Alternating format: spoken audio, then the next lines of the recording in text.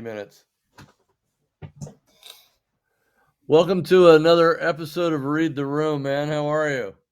Oh, you know me. Always good, always happy. Life happens. What can you do? What, a tree hit your house or something? Or It's just that time of year. You know what okay. I mean? Uh you got the football season happening. Yep. Stayed up a little bit too late last night watching the game. So I'm in recovery mode right now. Now, did the game get interrupted by like lightning or weather or something? Is that I read that, but I was watching the US Open. Um it had a delay at the beginning Yeah. for sure, but it also came down to a final play with the tight end that I didn't play. Mhm. Um, fucking Mark Andrews, thanks a lot.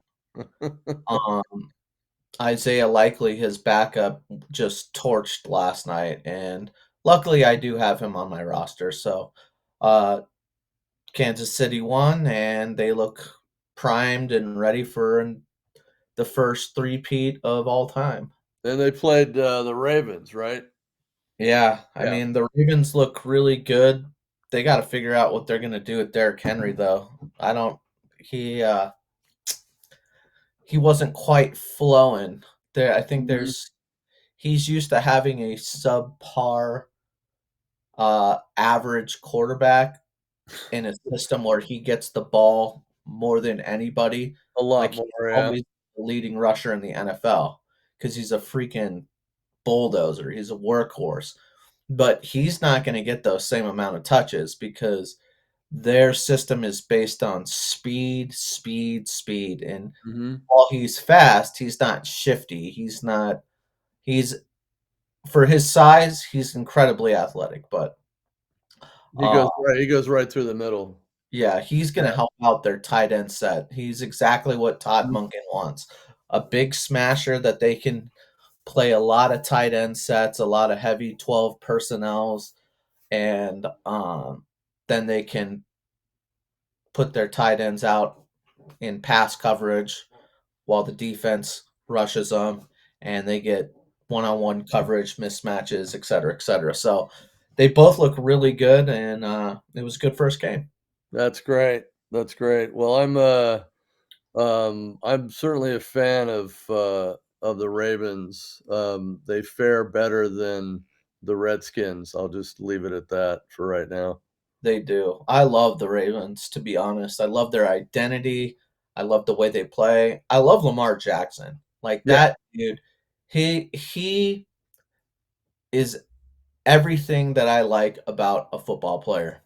Mhm. For one, wins the Heisman, getting drafted. They teams were telling him, we want to draft you, but as a wide receiver, as a running back." Like, the dude won a Heisman as a fucking quarterback, and they sat there and told him, Mm, no. good, but not that good. You're not NFL good." And he's like, "No, I'm going out as a quarterback, and whoever takes me." And the Ravens were smart enough to take him. And he's that kind of guy, like, you know, he's hood, he's got his slang and all that stuff, but he is pure football. Yep. Like, he's respectful. He always says, Mhm. "Thank you, ma'am, sir." He's Yep. got that kind of southern cordialness to Mhm. him. Sure. And he's never in the news ever. Like, think of Yeah, a you more don't see profile him, guy. busting up a nightclub or any of that other crap. Have you Yeah. ever seen a more high profile quarterback, two-time MVP, that is never in ads? He's in no advertisements whatsoever. You never see him on TV. Nope. He he negotiated his last contract. He said, "F an agent, I'm gonna do this myself." Yeah. And here's this kid that came from nowhere Yep. and managed to negotiate the highest paid contract in the NFL. Like, props to him, props to his attitude. his football veracity, his dedication to the game, and him not getting caught up in that simple life bullshit, which is very common with professional athletes with a lot of money. Like getting caught at strip clubs, getting caught with other girls, baby mama drama, stuff like that. Like you just don't hear it. No, you don't. And RG3 put up a post yesterday on Instagram. He's like, Lamar focused. It was just like, that's all you gotta say, right? That's all you gotta say. That's all you gotta say. He eats, breathes, and lives football the same way that you do for politics. Like Hmm. Yeah, it's pretty it's cool. cool. It's pretty cool.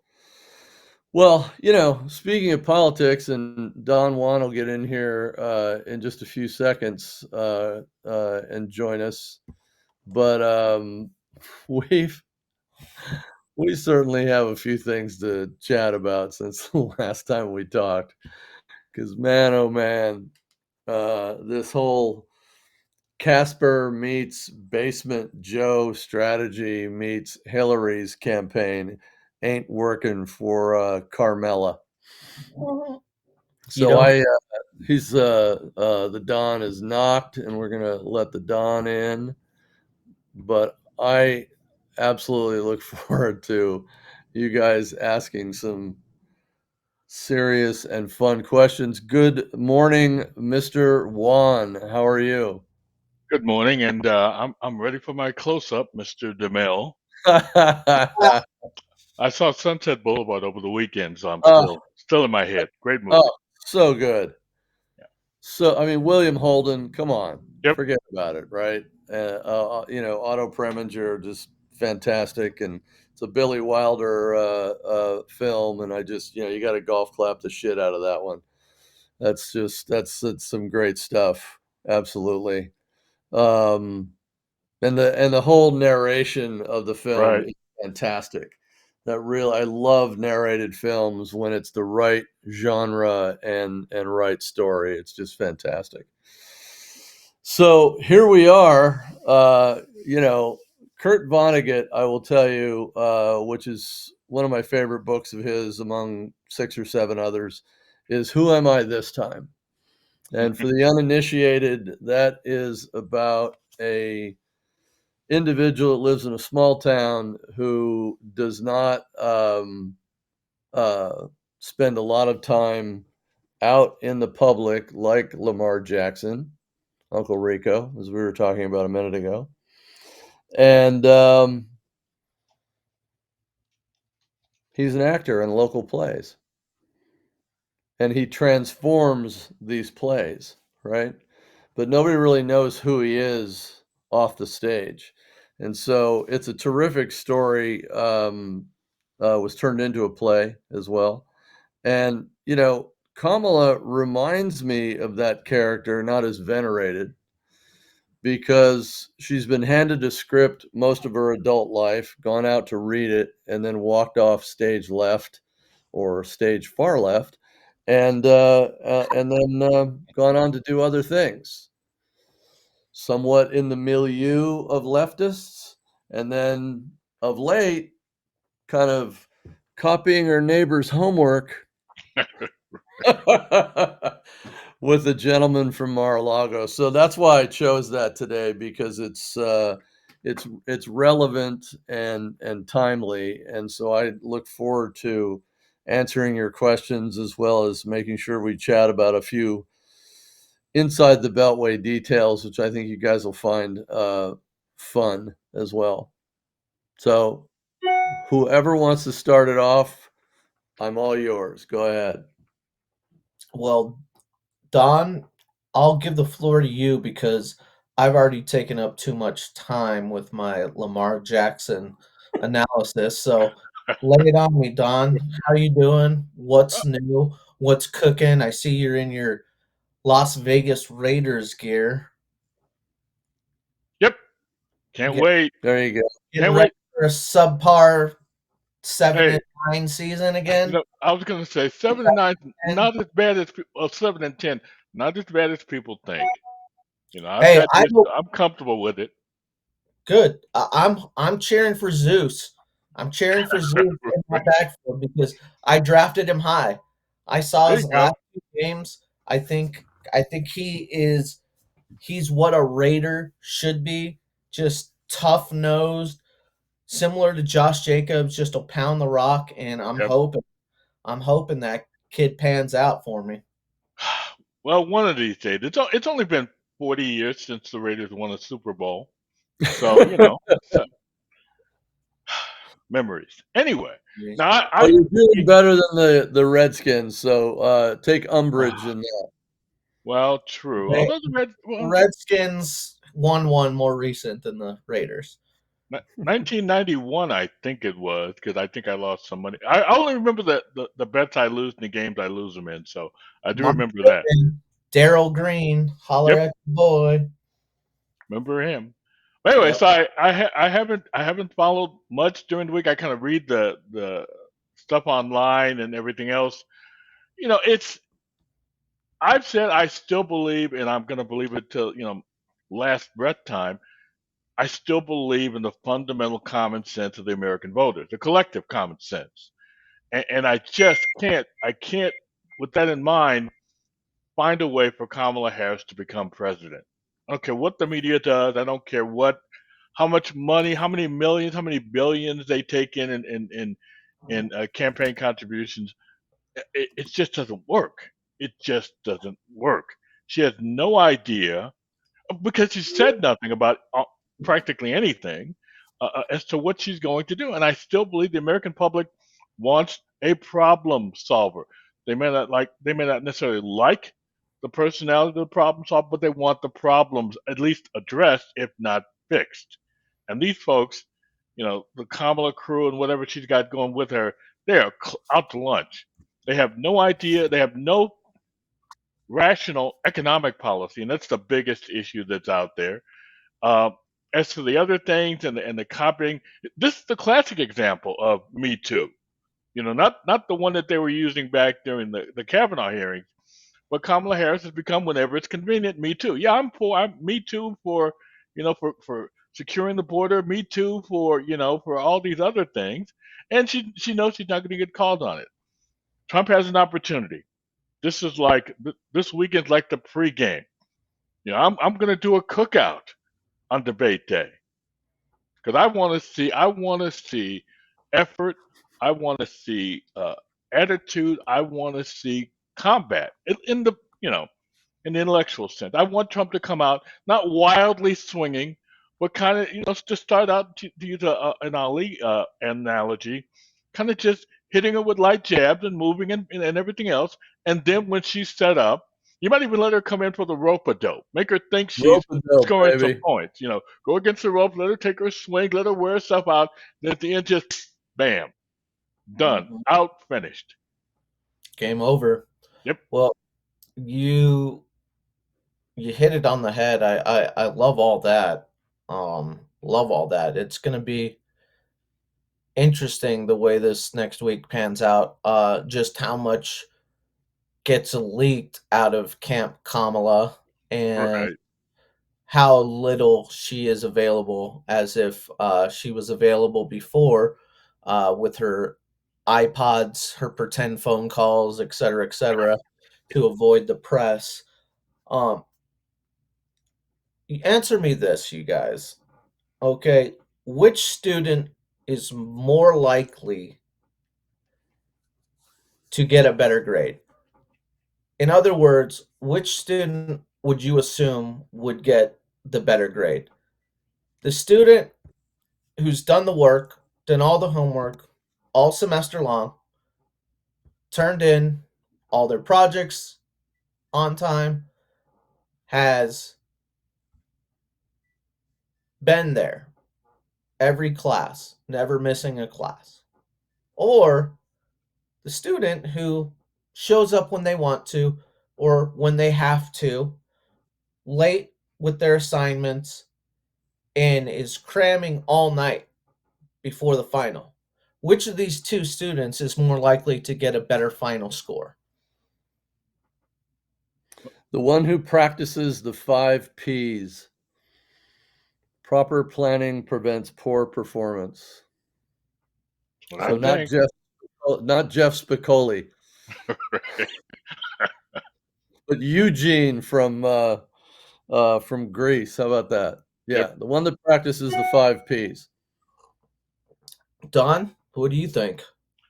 Well, I mean, obviously, the rational side of me would say, it's going to be the one who prepares better, who is, you know, set, has done the work, done the hard work, and but been there, done that, has actually done the job. You would think that will hold sway and be the one that gets the decision or gets a better grade.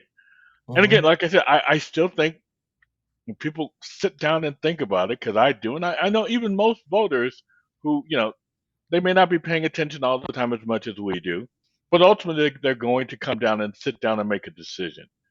And I'm sorry, I saw a reel this morning on Fox News of just constantly cackling Kamala, and I'm thinking, it's no way. I could not deal with 4 years just of that alone. Forget about the bad policy and everything else, the country going to hell. It's just the cackling. I can't Yeah, deal with it. So I think at dude. the end of the day, with everything, all other things considered, that cackling voice is going to be in the head of most undecided voters, and they're just going to say, "Nah, can't do it." I mean, she's so unlikable. Like her nasally, syrupy drawl changing to Baptist minister, one Oh, don't get me started. Hispanic. I Mhm. don't know if you guys get the same Foghorn ad- Leghorn. I don't know if you guys get the same ads as we do over here, but I didn't know if you knew this, but Kamala Harris is Mexican. Really? I'm not even kidding. Her ads are like Mexican being like, Kamala es un presidente de la futura. Kamala is for us who came over. Kamala protect was strong on immigrants, illegal crossings. Kamala care, and it was just a total spit in the face. Like being a part of that community, I'm like, are you like she's a champion for Mexican rights now? Like, come on, like He's the Cesar what? Chavez of San Francisco, bro. There Come you on, you go. know that. Yep. Mexicans aren't falling for this. I mean, I'm sure it was like she was directly speaking to the illegal immigrants in the state because other than the youthful Hispanics, there's not a there's not a ton of Mexicans that are about far left stuff. Most of them are pretty tied into their Catholic values, and Mhm. they are they come Yeah. from a place that isn't as how you say pitter patter. They're more hardcore with it. So they let it be known what they believe and what they don't believe in. Yep. Kamala as the Oscar De La Hoya of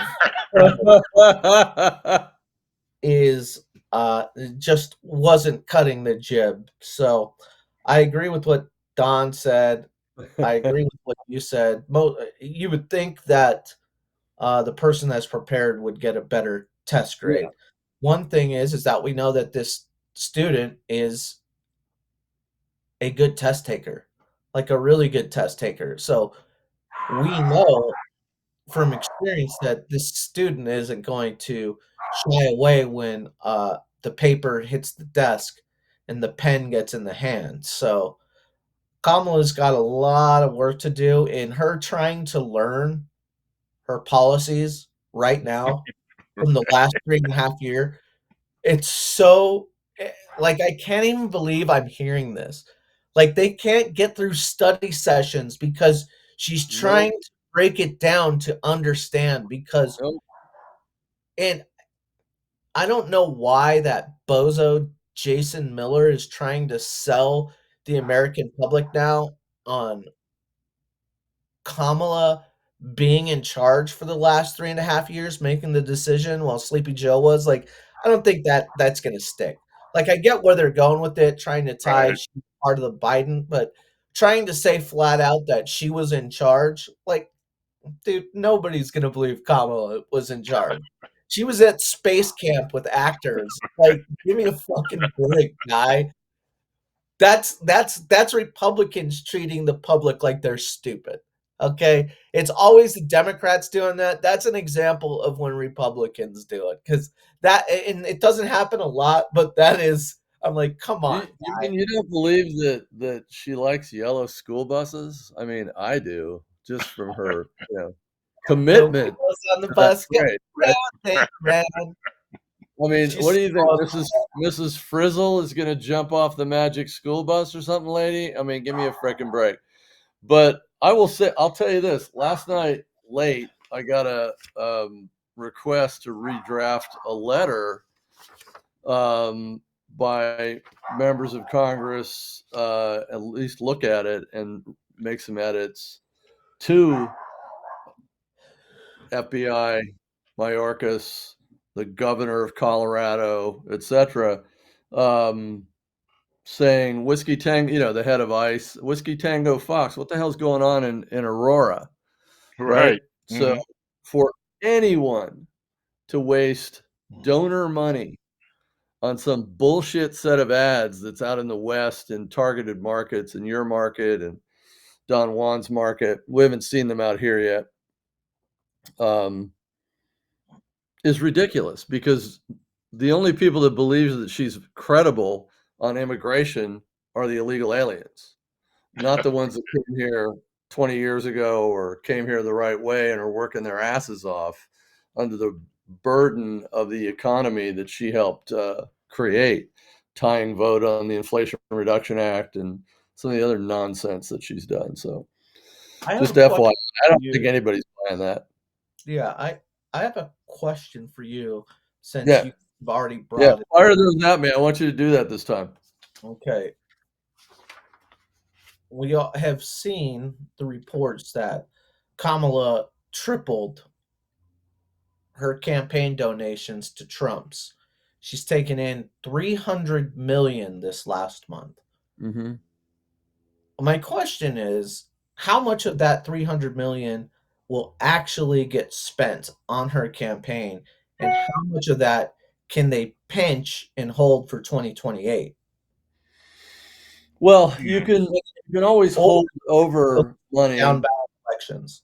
Yeah, so you can always hold over money. So about 90 plus million was absconded during the coup from Biden Harris to Harris now Walls, right? So mid July ish forward, and then she's raised a couple hundred million, um, uh, etc. So if they wanted to stop spending money and hold on to it in a campaign account, they can hold it in almost in perpetuity. There isn't a rule that says, okay, after the 12th year, you have to give all this money back. So no, you don't. So they could, but they're not going to. What they 'Cause are doing, which is interesting, is they are peeling off some DNC or Harris donations to the DNC, which is sometimes normal. But for someone who has stalled from a rise and is trying to rise from that stall, giving away money that the party in the states clearly aren't raising for those down ballot candidates Mhm. is a little surprising. And for people like me and others, we're kind of looking underneath the covers going, what's underneath there? And what I think it is they are trying to enrich markets where they think they can do better or should be doing better and aren't, so that they don't get hammered with an additional 14th or 18th or 19th congressional seat that gets pulled out from underneath them and Mm. potentially a Senate seat or two. Okay, because that makes sense. They're hedging their bets, but it's like, why are you doing that? Be Because everywhere, you know? I wonder sometimes if, like, the head of the DNC and the cronies, same with the RNC or any party head, is like a, uh, televangelist where they can just hoard all the money and enrich themselves too and the people around them. Now, I know that scenario is a little bit more far-fetched. I was more interested in the idea of them raising the money to go all in 2028 because this is a great fleece. Like, they're taking in record amounts of money for two of the worst candidates that we've ever seen. And Yep. I'm a DNC head. I'm almost thinking, hmm, how can we win this game while losing? Well, money is power. Seats in government can be bought. Why don't we just keep running identity politics candidate, give hope candidates, and just rake in the bucks? Well, the And then DNC and the DCCC and the DSCC, the Senate committee, they could hold on to money, but if you don't spend it, you might as well not have it at all, because then you're neutralizing whatever leverage, power, whatever you want to call it, that you have, and so they need to spend the money, and they have to. So so a lot. Think of it as you um, in a soapbox derby race with 6 or 7 cars, not one, right? And you let them all go at the same time, but they're all going to perform differently. Down ballot races, mid ballot, top of the ticket, etc. You just better have the resources to make all the 6 cars and drop them all at the same time. So you've got an even a better chance of winning than losing. I just think of it that way. So when you just break it down instead of getting into all the granular crap that I talk about sometimes. Hey, So hey, that's Mark, that's one thing. Yes, sir. I have a question because I mean, I for years I've seen money go into politics and presidential campaigns. I'm old enough to remember when raising 100 million was Hmm. a big deal. Yep. It's just nothing anymore. I can Mm-mm. remember what was it just one cycle ago. We'll take the current head of the DNC, Jamie Harrison, in his Senate campaign, which he lost in By a big way. 15 points to my old client, Lindsey Graham. They raised they raised $120 million for his Mhm. candidacy. Yeah. So my question is, when we hear all these big numbers and people are supposed to, take, I guess, Democrats take comfort or feel confident with all this money, does it really mean anything? I mean, I could see where the money being spent for like get out the vote, voter registration, well, Mhm. that could be useful. But I want you all see these ads. I mean, they're a joke on both sides to some degree. You Yeah. know, they're all done the same now. They've been the same way for like 20 years.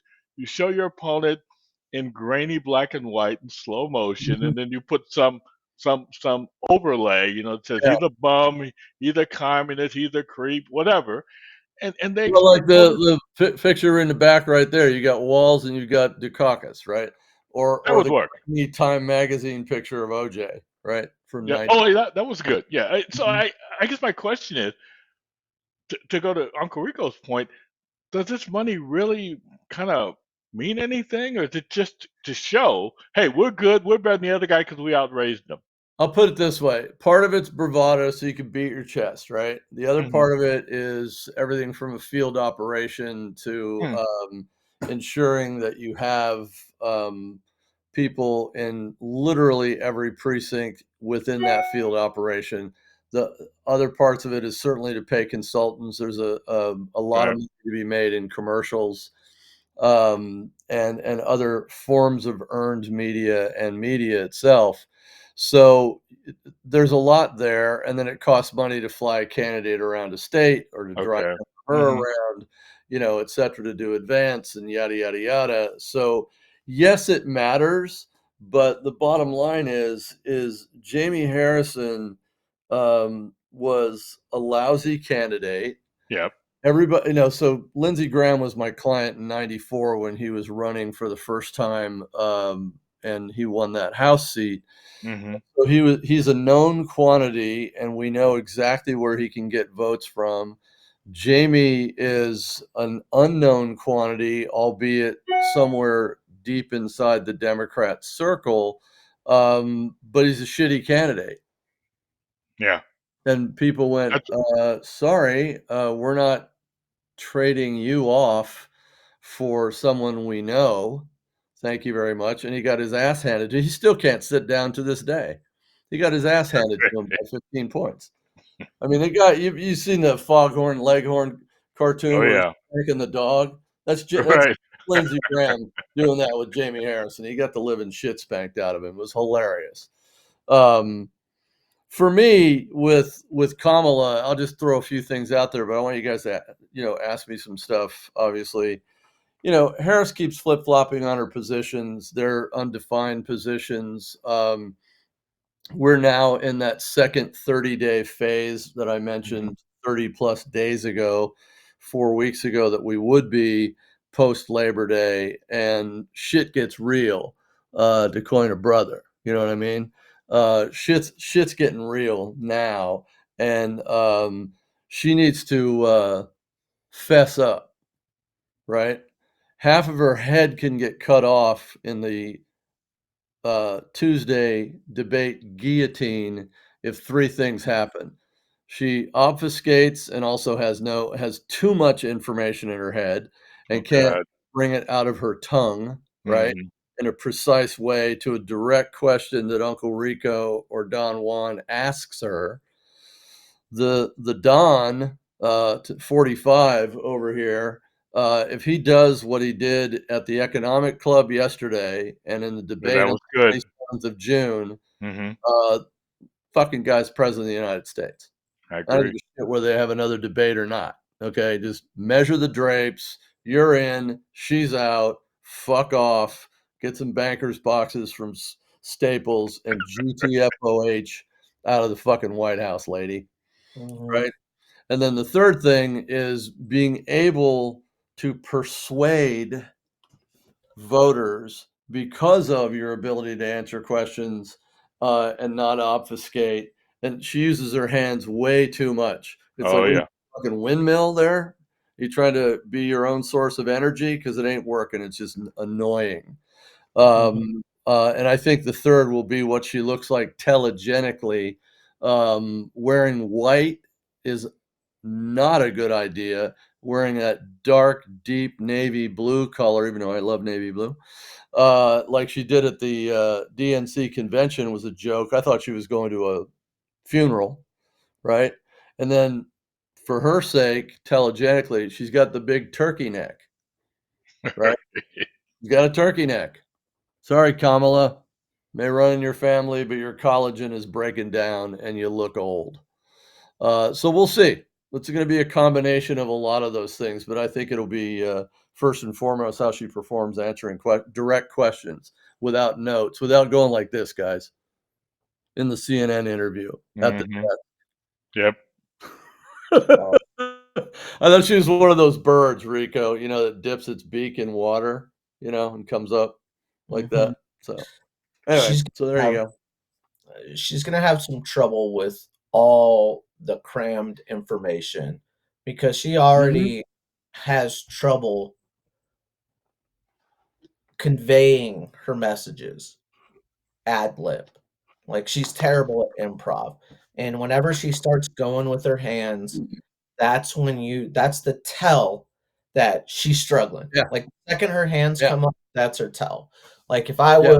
was playing her in poker, like I would know, oh, everything she's doing right now is complete bullshit.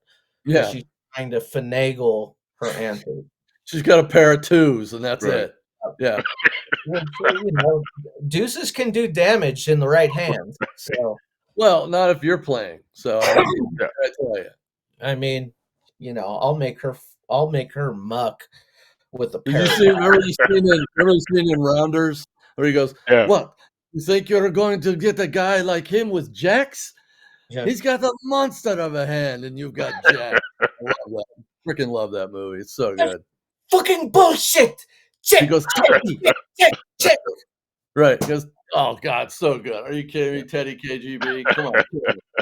Teddy KGB yeah, is a dog. It's just and he's got the little thing of Oreos that says "Don't touch" on the side, right? And he's Teddy cracking them KGB. open. Yeah. Back when there When were a films bunch were real. of doe-eyed Yeah. poker players like myself who dreamed of one day sitting at the table of Wasop in Vegas before it went back to Binion's when it was at the Rio. Right. Yeah. But Johnny Chan, that whole thing. Yeah. Yep. Right. Anyway, you finish your thought because you were onto something there. Yep. She's when she goes to her hands, it's a tell. Mm-hmm. And I'm starting to see with media outlets, maybe they're tuning into these broadcasts because I'm starting to hear them give tips on how Trump can combat the bias. Like he's already quote unquote working the refs. Mm-hmm. Slopodopoulos and ABC, the fact that Kamala's best friends with the head of the network and Yeah. Wow. spouse of the head of Oh the yeah. network, friend There's that does relationships there. yeah. So there's an unfair advantage. It's up to him Yeah. to show what Kamala is, because Slopodopoulos isn't going to um he's not going to get to those hard questions. I No, doubt it's it. not legit. The guy's a hand puppet. Yeah. Yeah. So it's up to Trump to go off after giving a point on his policy position and go, so that's what I Pivot. think. But Kamala, what do you think? What's your Mm-hmm. economic policy? Yep. You've been That's here it. for 4 Right. years. Yep. Why hasn't your economic policy hit yet? What is it about Bidenomics that you like? What is it about immigration? And you're about building a wall now? Because I Right. remember you said we need to tear ICE up, They and were now immoral. for a wall. So every position that she's flipped to Magala, and he needs to call her Magala. In the, he Mm-hmm. needs, I'm he good needs. with that. He's like, trust me. I hope as much as any American that this Mhm. Magala that we see is the person that we get, but the track record shows that we're going to get more of what we just had. So So we got some breaking news right now. So Oh. Trump is in New York City. He's Yep. about ready to do an event at Trump Tower. And what's he talking about? See if you can guess the issue. Just whatever you want to suggest. Just Got to be the economy. Got to be the economy. or migrant crime. Oh, okay. Well, there we go. I can Migrant crime, work with that. because these 4 douchebags in Aurora are sitting in the Right. Aurora County Detention Center right now. They should be at the ICE Detention Center in Aurora, but because it's a sanctuary city and a sanctuary Right. state, they've removed the 247G contracts between local law enforcement and ICE. And the governor has said we're no longer and told local law enforcement we're no longer going to recognize detainers, right? So we'll see. But that migrant crime issue in the communities all over the country where there are migrants, where there are people that are invaded by these individuals, apartments, businesses, schools, whatever, it's a complete ripple effect across the entire country. So being able to talk about that as well as other topics in this speech that he's going to give is very timely. Very. yeah. And the migrants are just helping Trump left and right, man. They just keep on doing dumb Mhm. shit. Like that is a perfect video clip. The apartment camera Yeah. showing 4 armed guys Right. going to break into apartment. You Yeah. show that, you put that in a reel, you put that in an ad, and then you put a bunch of MSNBC pundits going, Mm-hmm. migrant crime is actually a hoax. Migrant crime is, and you just keep showing Mhm. that. All you have to You do is show that Kamala Harris repeatedly has said, and you've seen it, that someone who's undocumented is not a criminal. yep. Show the video. Hello, We right? have to stop using the term illegal immigrants. We have to be brave and stop saying illegal immigrants. Like, she's got so many bad speeches that they're just all surfacing. It's all From bumper sticker crap, you guys. That's all it is. I mean, some of the stuff that's written in this letter about this incident and others is pretty damn horrific. I mean, it, they like stomped the shit out of one apartment manager because he wouldn't give Trende Aragua the keys to an empty apartment so they could take it over. They beat the shit out of him and put him in the hospital. Yeah, fucking animals. I Not certainly think we're at that stage of the campaign where something like you just mentioned, showing that video. I mean, you don't need a Lee Atwater. You just need somebody who can splice some film together and put together some comments by MSNBC folks, DNC folks, Kamala Harris, for goodness sake. That's right there. There's no disputing that. And then coincidentally, the Democrats aren't disputing it. They're just not CNN, MSNBC. They're not showing that video Mm-hmm. because it doesn't fit the narrative that they think will help Kamala Harris win. So Well, this letter is part of that overall okay. communication strategy, you guys, from Capitol Hill to campaigns. That's what this arc is. Yeah, I just think that floor. again, voters, they know what's going on. You break it down and show them what actually is happening. It doesn't take a lot of the nuance or persuasion.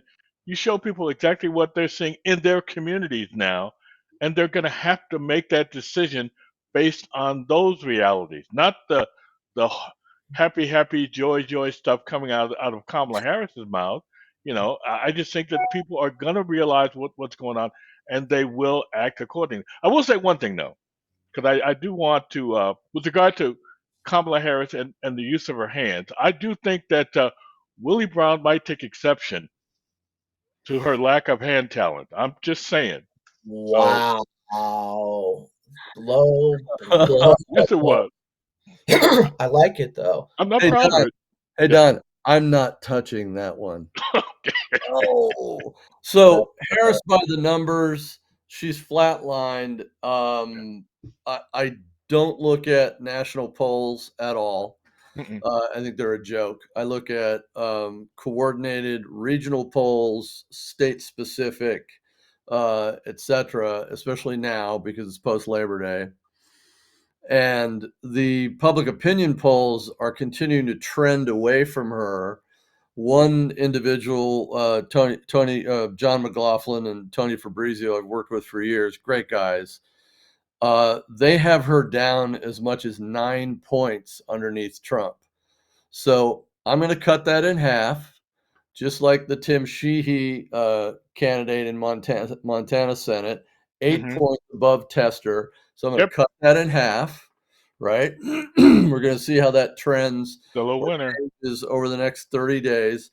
By the end of that second middle 30-day period I've always talked about, as we go into that last 30-day period in October. And if the numbers keep trending at or down or at or just above for the other candidate, you know that they are almost certainly out of reach in public opinion relative to their opponent. Yep. 3 points away, 6 points away, etc. These magical 11, 14 percentage point polls just let them go right past you. Okay. I mean, a Senate race is going to be 3 points. Presidential race, 2-ish, right? Yep. Even if internals with Trump are at 5.5, cut it in half. And then you manage expectations that way. And I'll get to congressional races in just a little bit, but that's kind of where I see her at the moment. And that's why, regardless of whoever is speaking on her behalf, will or won't admit that this debate on Tuesday is the same fate could be with her as was Joe Biden on the 28th of June. And I don't know if anybody has caught this. But Excuse me. Dem class, the Morning Joes of the world, are already showing the Democrats' hand for when Kamala fails. They're trying to paint Trump as the student, as the one who doesn't know, based on him slam dunking at the economic club yesterday, Yep. which he did a great job. They tried to take the clip of childcare is childcare and went on a 10-minute tangent about him being the kid who has to cram late at night. I'm like, you're Right. literally just taking Republican talking points about Kamala and trying to put it on Right. Trump. And then they showed the clip. They actually showed the full clip, which I was shocked because it just explained everything. And I was like, Right. um, You know, the takeaway was interesting. Trump, explained her positions better than she did. That was a constant takeaway yesterday. I was like, holy shit. You know, even the Becky Quicks, who is okay, did a horrible job in the 2016 debates, and I turned CNBC off ever since, and I love Joe Kernan for a lot of reasons, but I won't watch him again. But they are doing exactly the same as a Larry Kudlow, which is just cracking Yeah. me. So again, we talked about this not only last week, but the week before, that I'm starting to get my little spider sense down here in my spleen that the media is starting to back off and preserve their own limited credibility and going like this with Carmela. It's like, whatever happens, happens. Bye. And she's floating up into the sky like a little blue balloon that's going to burst the closer it gets to the sun. yeah, So, it yeah. looks that way. And I'd like to remind the RNC that I am available for hire. $400 an hour. I will get your president. Okay, There you it's go. gonna cost 400 an hour. And You teach you will. to play poker. I mean, I'll take the poker game for free. I mean, I'll make more money off of that than I We got will bonus. We being got bonus. RNC checks. So I'm congressional paid races. a pretty penny. I used to make my money. I don't want to say hustling rich guys out in Anthem, but Hustling, I got. hustling. I mean, I got. I got invited to a game. These guys were just a bunch of retirees with too much money and liked a young guy around. And I got invited to a bunch of circles, you know, Like and the tennis game at the country club in Rounders. it's certainly paid better than my teaching gig. We'll put it like that. All right, so congressional races, right? I haven't finished my political report yet. I'm on my second draft, and I'm still looking at some data in about 8 different states. Republicans hold the House of Representatives. We are somewhere between 11 and 14 seat pickup, so somewhere between 5 and 7 plus over the 2 seats that we have right now, right? So we're either at a 7 seat margin or a 9 seat margin. I'm being very conservative just to make sure everybody's clear on that. And then in the Senate, for the last 2 years, I've picked and predicted Ohio, West Virginia, and Montana. Tim Sheehy, new poll, +8 in Montana. Tester's underwater by 8 points. He's at 44%, and that's Yeah. pretty friggin' bad for somebody that's trying to get a third term in the U.S. Senate who's got 100% name ID, right? And so again, cut that in half. So we effectively right now on paper have a GOP controlled Senate 51-49, right? You got West by God with Jim Justice, that's done. And now you Yep. got Sheehy in Blue Sky State, and that's 2. Bernie Moreno 3.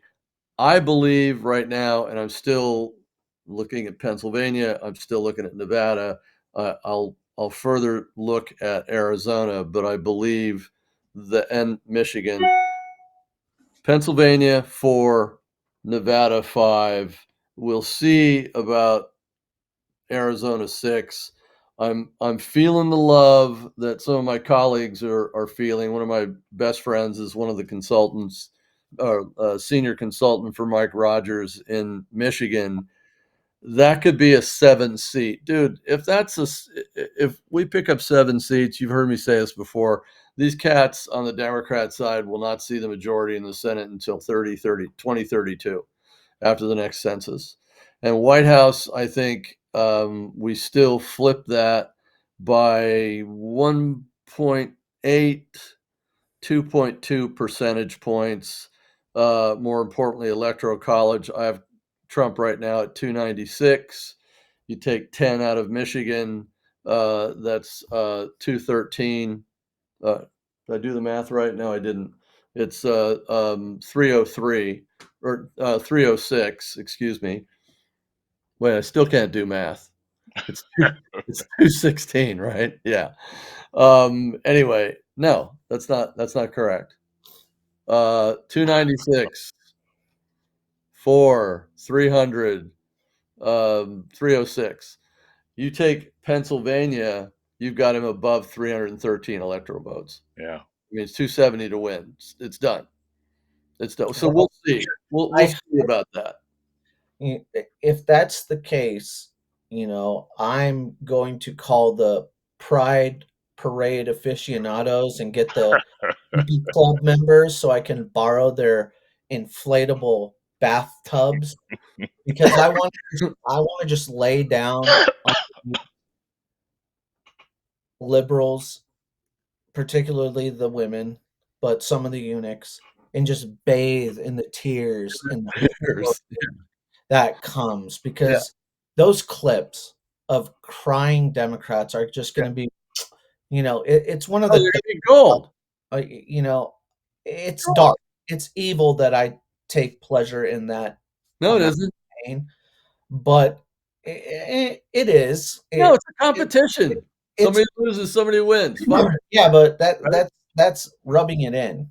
That's Okay. bathing. A real winner can just walk off and be like, "That's what was supposed to happen." I'm taking the other route, which is a more beta sort of route, and just basking in the glow of the shine that my beautiful skin will be oiled with the tears of crying liberals on All that right, day. there you go, Cleopatra. You gotta love that. Mhm. Um, Don, what do you think about that assessment? Because I want to mention something about capital markets and the economy, but what do you think about that assessment? Well, I'll say I generally agree. I will say one thing though about Nevada because I'm here on the ground and I Mm. see the stuff that's going with the campaigns and the ads and everything else. I don't think that the Republican, what's his name again, Mark, Sam not Brown. Efron, I'm sorry. Um, he's not being aggressive enough. I watch his ads; they're kind of like, well, I'm a nice guy. No, I'm not against abortion. It's like, dude, you're gonna get crushed because the spots that they're running for Jackie Rosen paint her as a moderate who's not, I don't follow my party. I support the people of Nevada. That stuff does work unless you have a counter argument. And his argument should be she's 100% behind Joe Biden and Kamala Harris. She's going to do their bidding, not your bidding, no matter what she said. But I'm getting these touchy feely ads from a guy who served in combat. He needs to be that guy. Are those from his campaign or are those from earned media outside groups? I'm just curious. That's a I've seen good. outside media hammering her for voting with Biden 100% of the time and Right. Kamala. Yeah, I did see that. Yeah, but there was one spot with him. I guess he's sitting with his wife, but Yeah. he's defending his stance on abortion, and that is a bad place for Republicans to be. And Listen, that's Clark County. It'll be right, interesting to see correct. what's in Ely, what's Oh, in I would Sparks, wonder. Yeah, what's in exactly. Wasco, as well. Yeah. But again, it really depends on turnout, and I would say this one last thing about that is I still hear Republicans, and I heard Trump say it the other day, still talking about same day voting. I'm saying, you know what? That's like asking to go back to like the CRT tube and the television. It ain't Part happening. Part of that is to encourage people to actually vote instead of Right. going, "Oh, he's got it, screw it." Because you Right. had several million evangelicals that just went in the 2020 election, but that was 4 years ago. So part of that is that strategy. The other part of it is the in the Silver State where you are is we have 250,000 more Republicans registered now We than do. there are Democrats. Yep.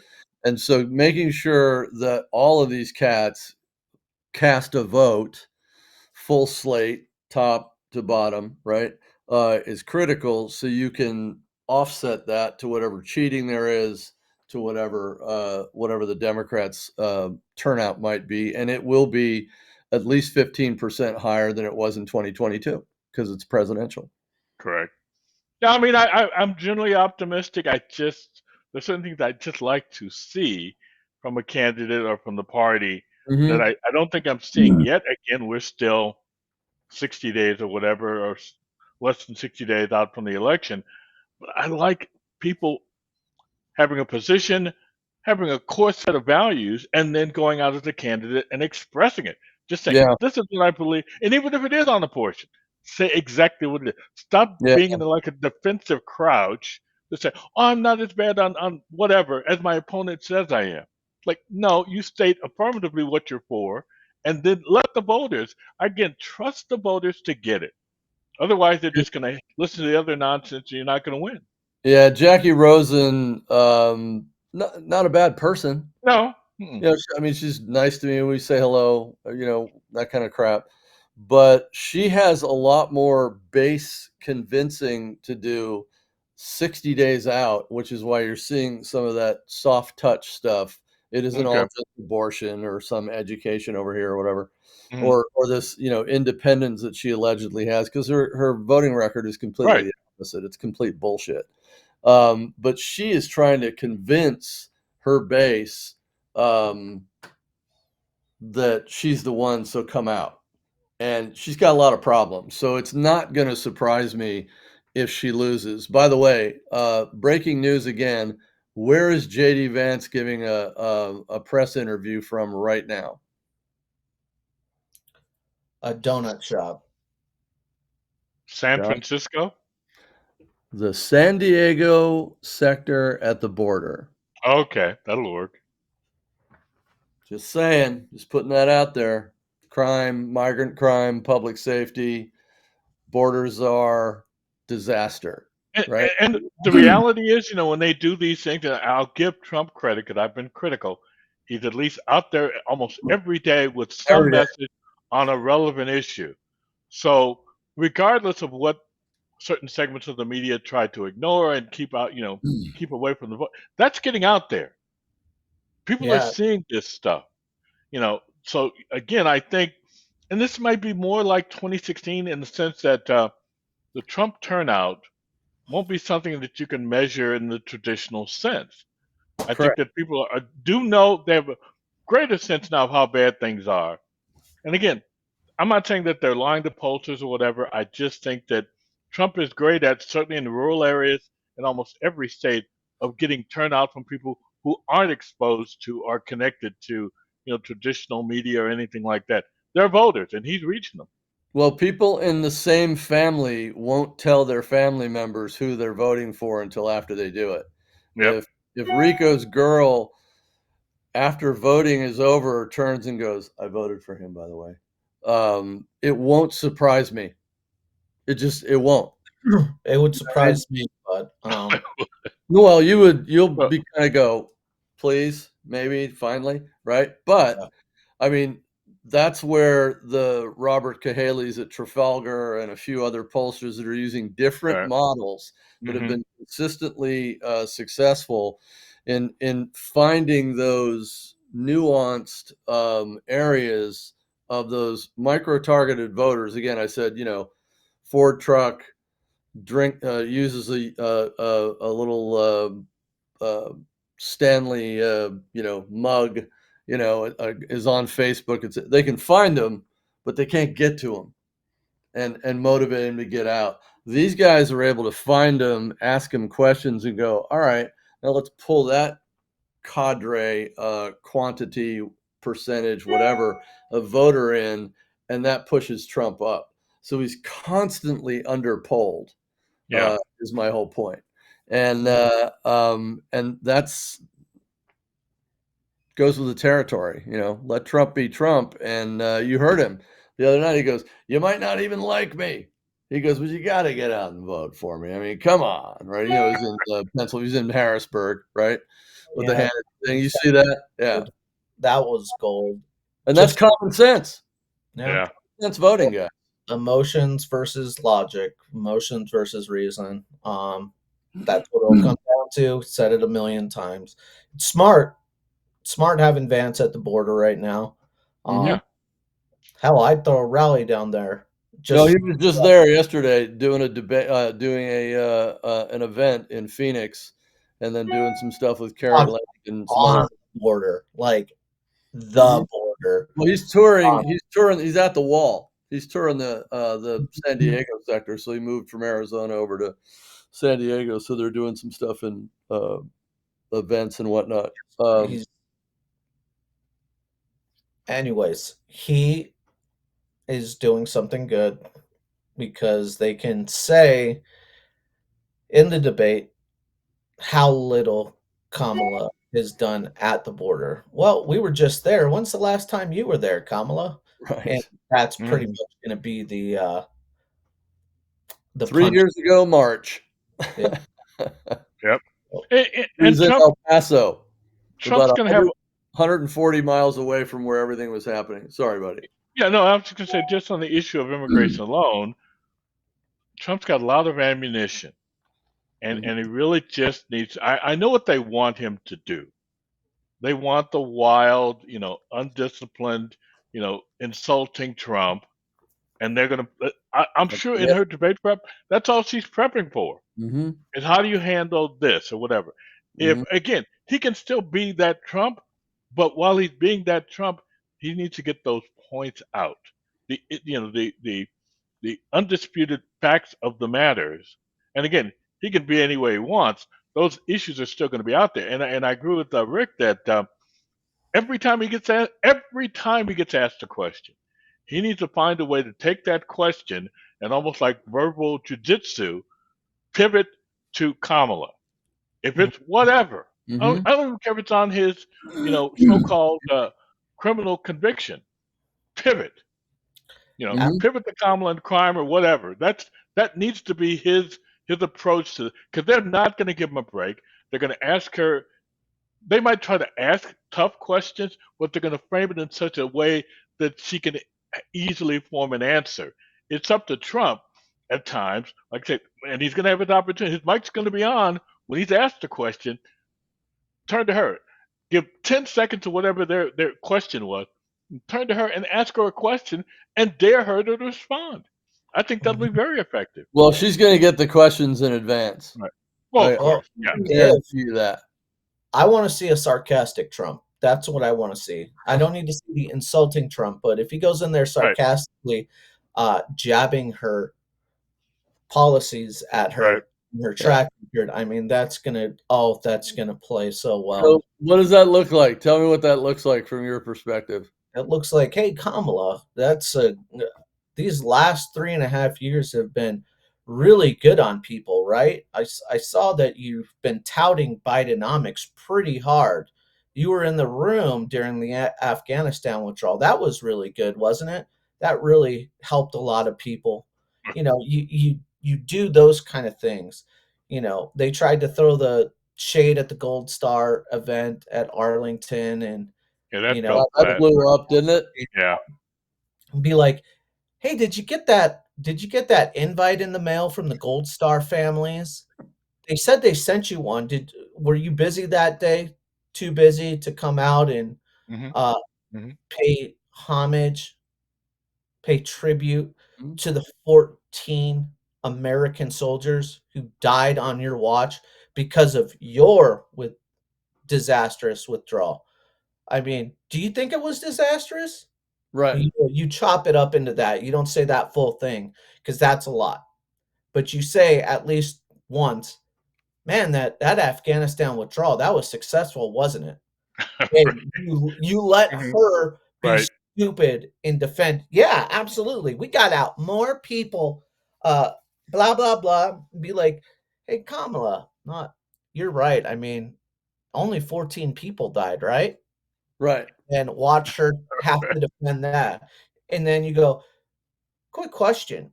How many American soldiers died while I was president? And you There you watch go. her there going, Oh boy. oh, because she doesn't have that offhand. No. Once you ask her questions that she doesn't have in that book, and you need to find out those questions that aren't going to be in those giant binders that she's studying, offhand ad lib stuff, and you get her to do her word salad things, and it's, I mean, open and shut, easy, slam dunk. Give me a break. Yeah, and like again, to me, the master, even though he was on the other side when I was voting, Reagan at debates, again, the ability to pivot and Mhm. to take something and point it at his opponent, Yes. classic. Because again, the classic one, of course, is the one about his age, and then he goes to Mondale and says, "I won't exploit for political purposes the youth and inexperience of my opponent." It's that kind of thing. That was sarcastic. It was, but the moment it happened, the focus and the shift went from, oh, Reagan was drifting off on that last debate to, yeah, this guy is inexperienced. It's that type of thing. Doesn't take a lot. And again, to your point, Rick, with regard to the Afghanistan withdrawal, Joe Biden said at the last debate, nobody died on my watch. I would ask her, pivot to Kamala. Hey, Kamala, Mhm. Joe Biden said that no American service people died under his watch. What about those 13 or 14 Americans that came back in body bags after your failed Afghanistan withdrawal? That, oh, by the way, you said you were last in the room on. Is that Square that circle for me. Yep, you gotta use the fact checkers. You gotta use Yep. the fact checkers to your advantage. Crime, she's gonna play hard on crime. Yep. Oh, I was a prosecutor, this and that and the other, and then you'd be like, she was, those wildfires in California really needed to get put out. Uh, Right. so making sure that people stayed in longer so that they could be paid labor, be paid slaves. I don't know if you use the word slaves because that might evoke some emotions, but you definitely, when she brings up being hard on crime, you bring up the fact, yeah, when she wasn't bailing people out, while they were in there, she was pretty hard on them. She wouldn't let them get out so that they could go and do that. And Right. little nuances like that, you know. Well, I mean, you can cut this up a lot of different ways to throw her off whatever game she has. She's going to try and get under his skin. So I predicted this yesterday. Judge Merchan, just like Judge Chutkan at the federal level, has delayed the Trump criminal trial. Just Mhm. happened. Just The, broke. the sentencing, or Yes. Yep. okay, that was coming up pretty quick. The 18th of September. It's I was like, there is no way this sacrificial lamb who, after this election is over, pardon me, will no longer be a judge. Thank you very much.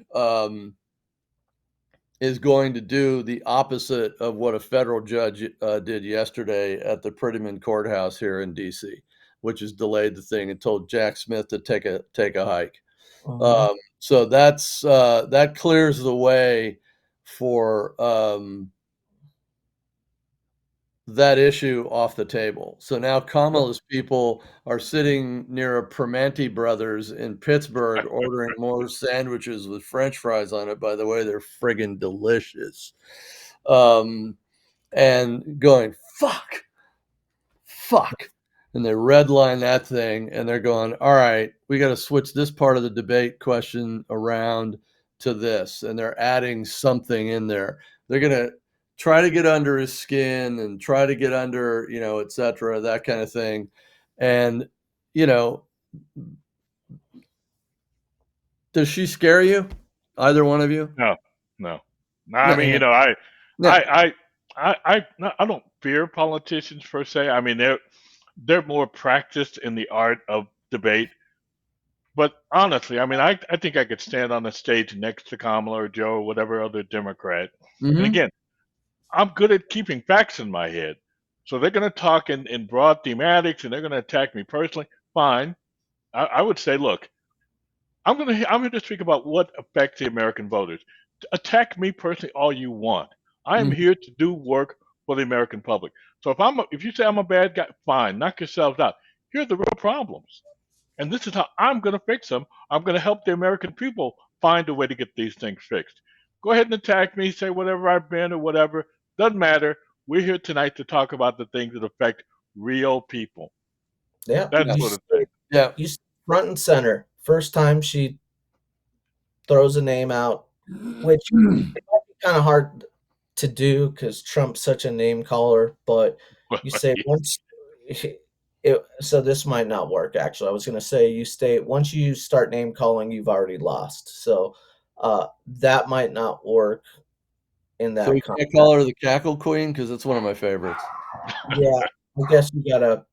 I guess that wouldn't quite work because Trump is quite the name caller. But to your question, does she intimidate you? Like, no. No, Who no. you've argued with somebody who's beneath you, who's mentally not there. They're like handicapped, or their views are like a child that's just crowning Yeah. out of between two thighs. They just don't understand the world Scares yet me because they about as haven't much as a been. 5-year-old in a Halloween costume. Yeah, or they've had a veil on, whatever the case may be. You've gotten into arguments with children before. You have kids. Do you get intimidated when your kids argue with you? No. No.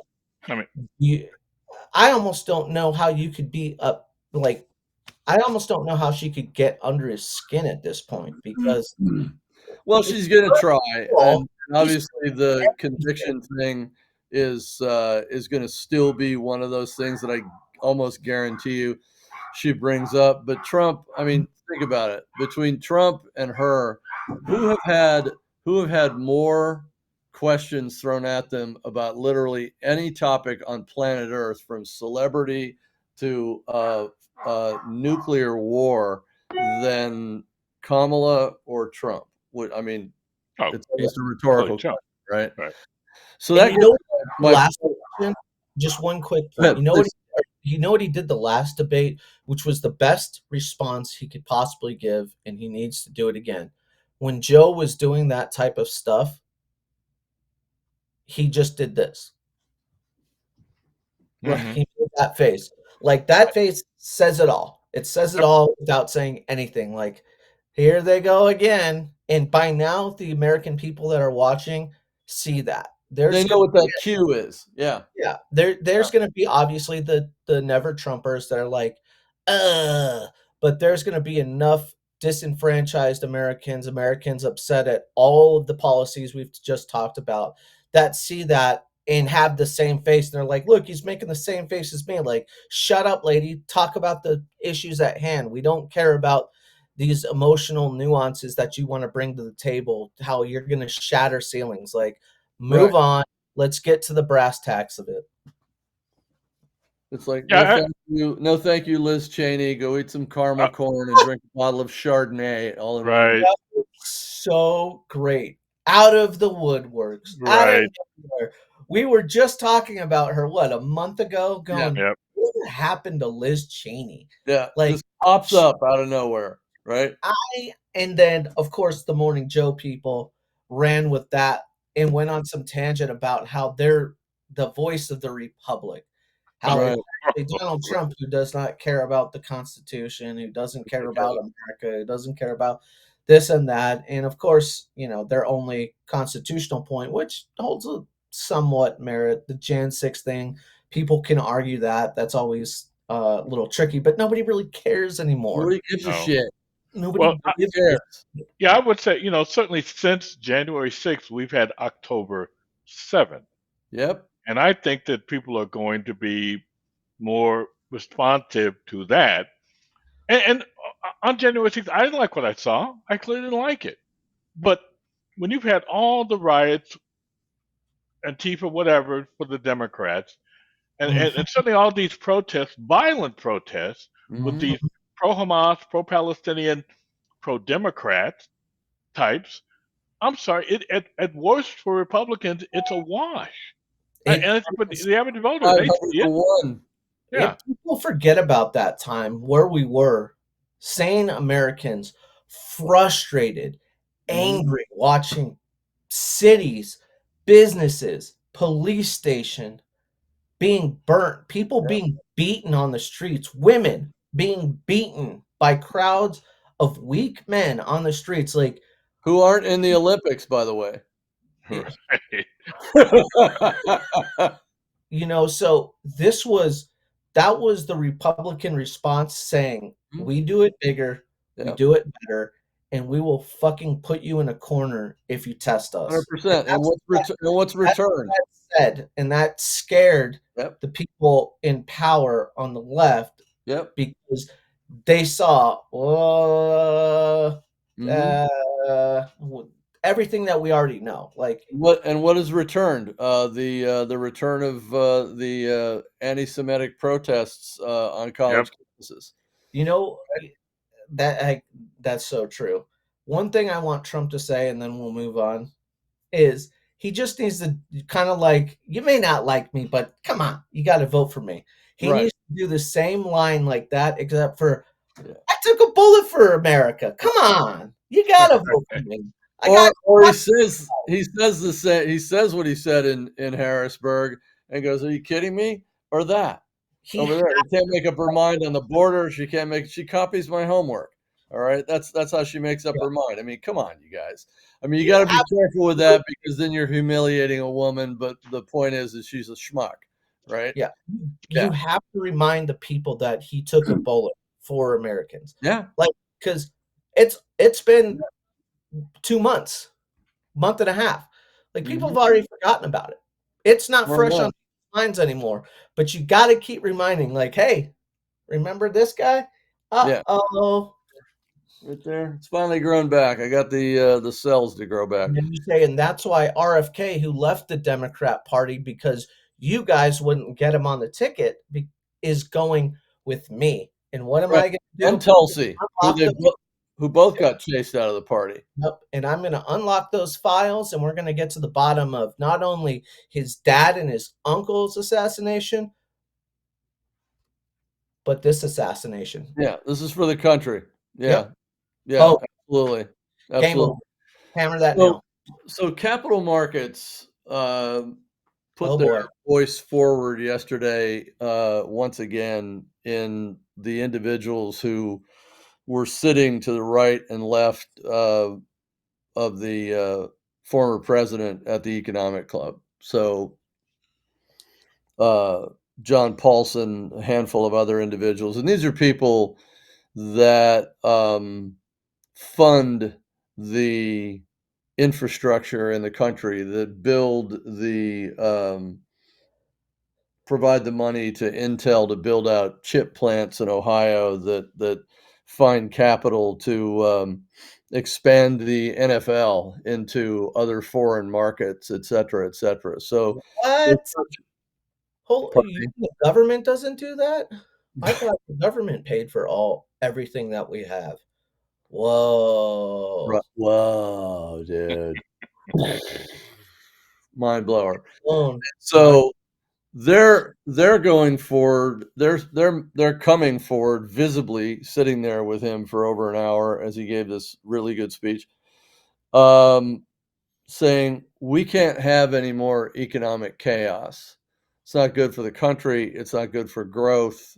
It's not good for the world. And there's one party that is fomenting that. There's another in Trump who is not going to tolerate it. We know where he's been and what he's done. We've seen what you guys are doing. Again, contrasts. We're in the contrast business in politics, especially now, and that's what you're going to continue to see. Hence, Trump migrant crime speech, Vance down at the border just now, etc. And so you're starting to see the pullback of hubris and stupidity to some extent on the parts of the Democrats. Mershon canceling the sentencing to the 26th of November. Dum Dum at the federal courts. Chutkin, who's another political hack, delaying until December, et cetera, et cetera. And so the capital markets are putting their foot forward and saying the country needs to move in this direction.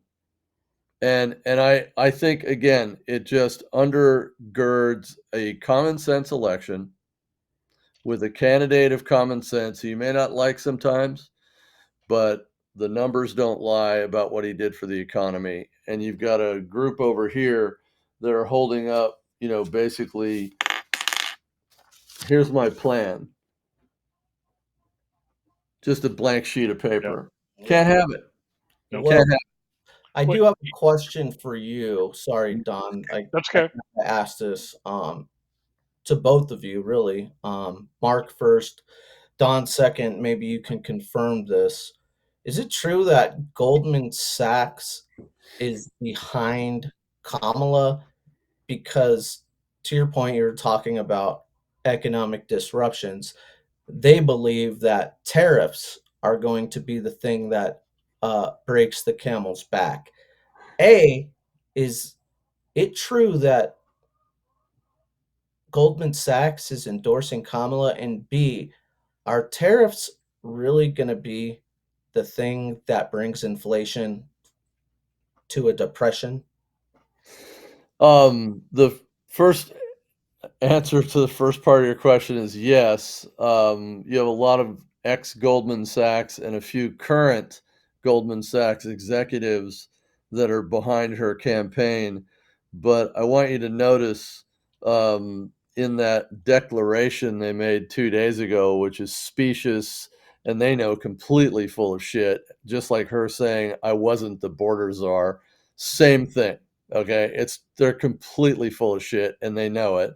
They just did it because they're dug in and they don't like Trump. And Gary Cohn, who was on the economic team that Trump said get the fuck out after about a year, is from Goldman. You've got the current governor of New Jersey, Phil Murphy from Goldman, and others that grew up and out of the Goldman milieu, if you will, are just like taking a hard position against him, and so they're willing to damage their reputation tangentially.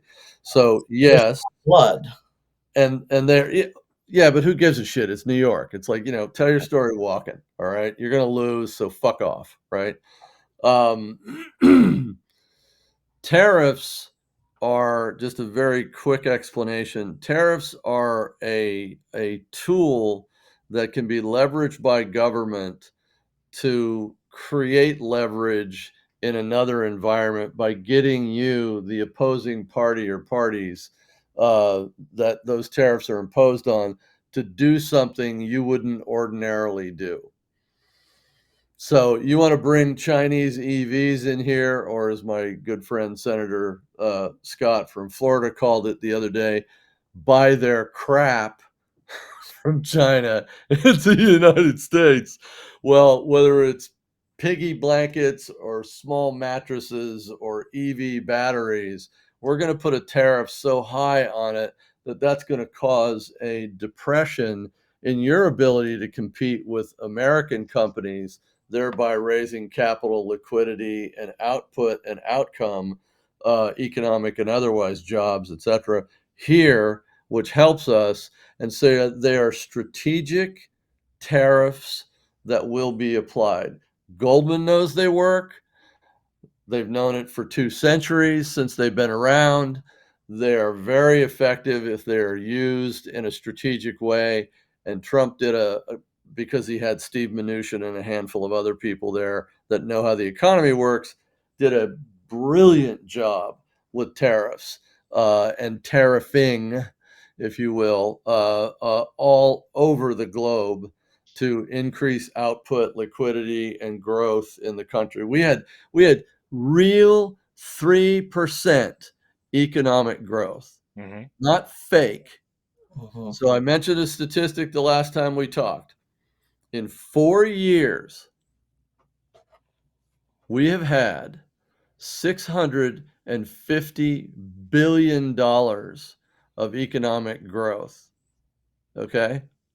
It cost us 900 plus billion to get that 600. That is not growth. Mhm. That's Rick and Don Juan going, well, I've got money. I still got checks in my checkbook. Right? Mhm. Hence Essentially. the debt. And that is the economic plan of the Harris-Walz ticket, is more check writing because you've got checks in your checkbook, not balancing a budget, not curtailing your spending. And their economic plan is it's not 5 trillion, it's about $7.5 Right. trillion of more debt when you include the cost of capital on top of that over a decade. It's insane. And she can't explain it, Rick. Yeah. I Don. I She was just can't. gonna say that with regard to Well, hopefully that answered your and question. Pardon me. and with regard to investing, or excuse me, with regard to spending, Democrats are always going to talk in terms of investments. The problem is they're Right. investing with your money. Right. They're not investing with just you know money that comes from out of the sky. They're taking your money and they're quote unquote investing it in their economic priorities. With regard to Goldman Sachs, I mean, I'm not an economist. I have a pretty good sense of history, though. Wasn't Goldman Sachs one of the major players during the economic downturn 2008? Didn't they bear some responsibility for that? Think. So now all of a sudden, I'm supposed to accept their endorsement of Kamala Harris as good political advice from people who aren't that good when it comes to economic activity and advice. So I'm sorry, Yeah. they can do what they want, but they have a track record too, just like Biden and Harris do. So when I hear that, again to go back to Liz Cheney, it's the same thing. Like you're failed. Now all of a sudden you come out and endorse it. Doesn't mean anything. If you had any substantive influence, it would already been apparent. For her Well, to come out, Hank Paulson was oh yeah, from correct. Goldman Sachs. Yep.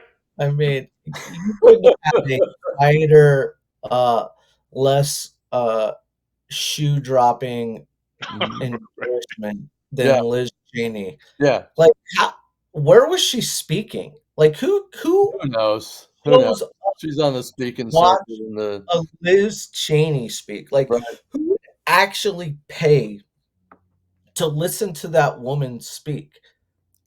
It just. But hey, The National like what you Association like. of You Knuckleheads. like what you like. Okay, Yeah. I'll leave it there. No, you got it. You got it. And so to me, the myth of Kamala is that her entire life, adult life, she's been scripted. Her entire adult life, she's a leftist. She grew up with a Marxist leftist economics professor as an old man, with an old man. And she has always gone into a courtroom, a Senate hearing, a floor speech in the Senate as a warm bucket of spit as the VP with a script. And her You core beliefs are far, far left. We know that, we've seen it. And so her myth of being able to be some capital markets freedom fighter, some pro close the border freedom fighter, et cetera, et cetera, et cetera, is complete bullshit. Yeah, and you know what her problem is? There's nobody left to blow. She's blown them all. There's nobody left. Like, there's nobody that can get her past this threshold, past the finish line. Like, she's blown them all. There's nothing, there's no more. Sorry, Kamala, you have I'll leave it there. Well, again, my last point in the limited time with time we've got left is this campaign for the next 60 days is about jobs, the economy, and what 2025 forward is going to look like. Yep. Who are you going to pick? Again, white wine or red wine with dinner, 50 plus one. That's where we are. Mm-hmm. One quick point. Parting thoughts, you guys. Yeah, please. Yeah, what we talked about the last couple weeks, the advice that I've been giving, once again, RNC, is getting free advice, free campaign advice, and not paying us, not paying me. But this is bigger than me. This is about America. So But I you hope can reach you at 555 Uncle Rico. I just want to get that out there. Yeah, thank you. I'll put that on the banner. Don, I'll send you the number so you can put that on your screen too. But I noticed this past football weekend how many ads, how many Trump ads I saw. Most of them followed by a Kamala ad, but by then you change the channel. He's first, in their head, they're like, well, we'll get the last word. No, people, you got 8 seconds. Trump, boom. Oh, Kamala did what? Huh? And then you see it followed up by another ad, and you're like, click, don't care. Heard everything I need to hear. That's enough for ads. Get me back to more football. Football. I need football. But they did a great job this weekend with their ad placement during prime time games. That Notre Dame game was littered with them. And me, oh my, was I pleasantly surprised that evening. Shout out to the Irish and shout out to ASU. Wow. Excellent. What a performance. Don? Well, I can't let that ASU reference go without touting my Trojans' victory over the LSU Tigers. Oh, that was brilliant. I mean, I'm sorry. I don't know where this team's going to go. They may or may not make the playoff, but at least they fought. And oh, by the way, they actually had a defense. Who knew? Yeah. USC can play defense. I'm old school. I understand now you have to throw the ball. I still believe you could win with tailback you. I'm sorry. Toss sweep. Student body right. Maybe that doesn't work nowadays. I still think any team would that saw it in USC surely has the offensive line to try that on occasion instead of just chucking. I just think that's bad for football. Well, I would cordially disagree with you because Miller Moss is a dude. Yeah, Miller Moss made his dude. Okay?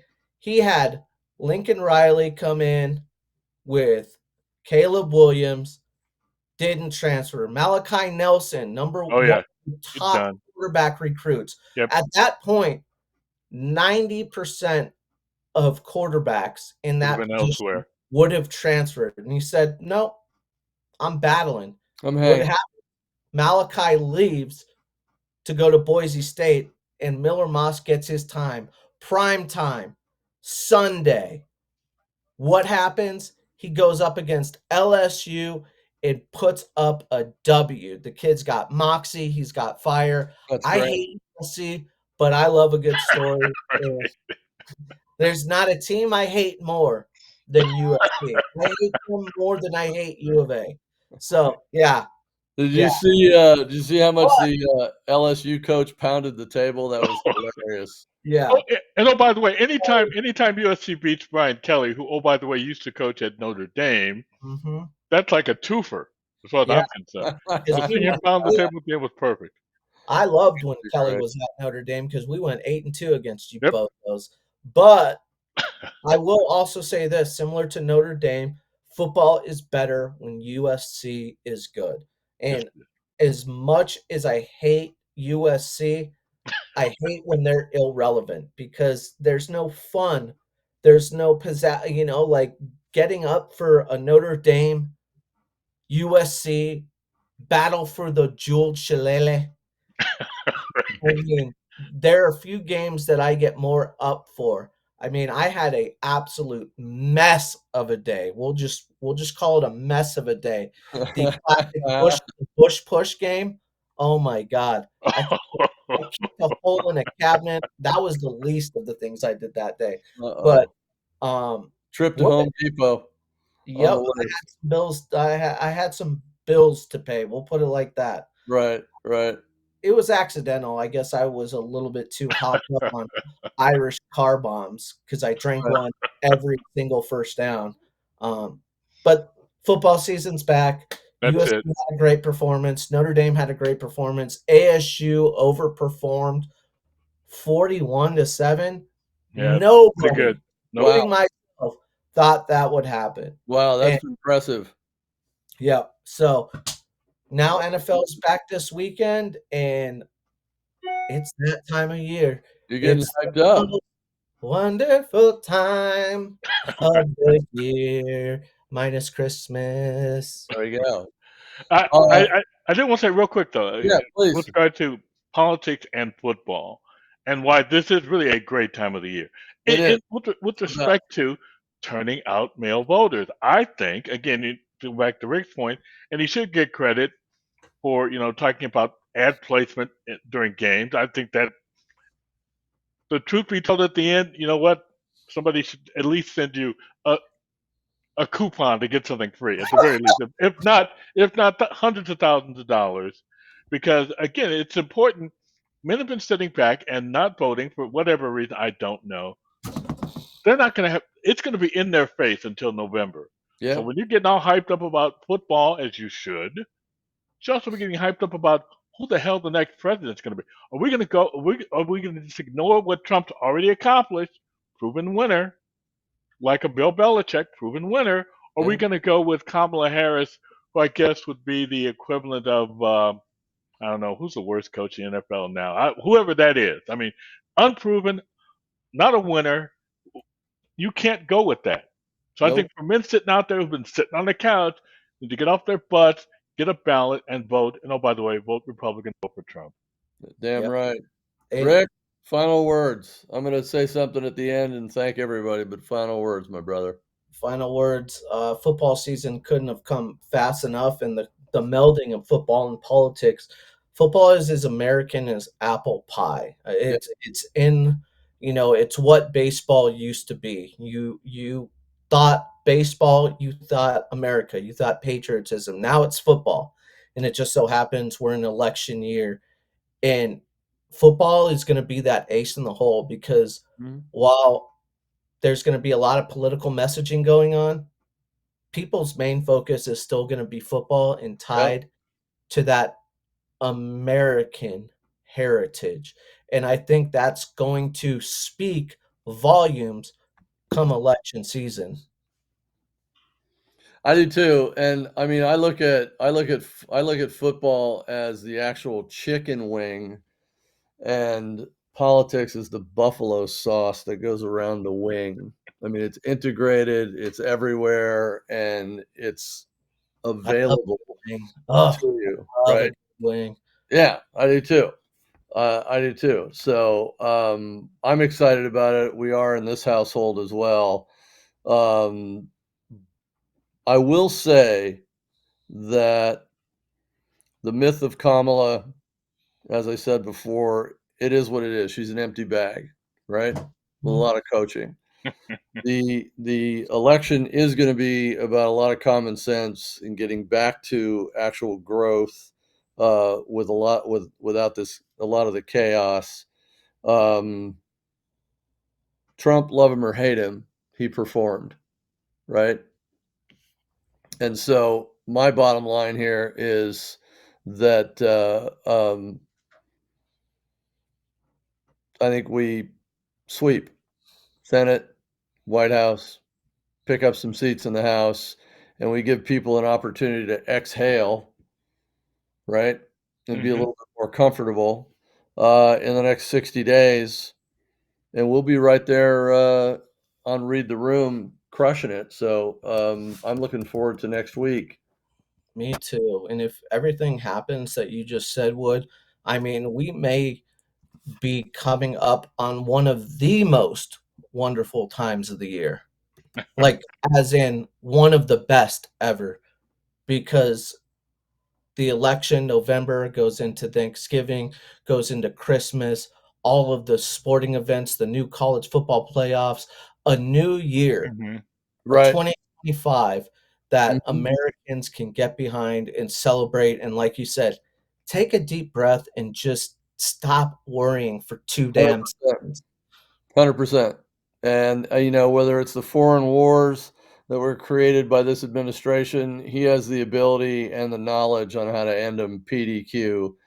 Mm, Economic growth by Christmas of next year, like we did in the after a year after the passage of the Tax Cut and Jobs Act, everybody saw an increase in yeah, their take-home pay, yeah, right? And it'll be nice. stabilized markets, you stabilized everything from food, electricity, healthcare, jobs, energy, etc. And you knew you could stop by McDinks if you wanted to, but also your gas was going to be 250, not 350, not 450, not $7 a gallon, right? And Yeah, your car insurance wasn't going to be, up 35%, and you're going, what? Right? yep, it'll be nice to have an iron dick guarding this country again. Yeah. Some, a little bit of that and a little bit of this, an iron spine to Yeah. protect the world. 100%. 100%. You guys have been great. Have a fantastic weekend. Enjoy football. And we will talk next week for sure. Absolutely. See you, gentlemen. All righty. Bye, guys.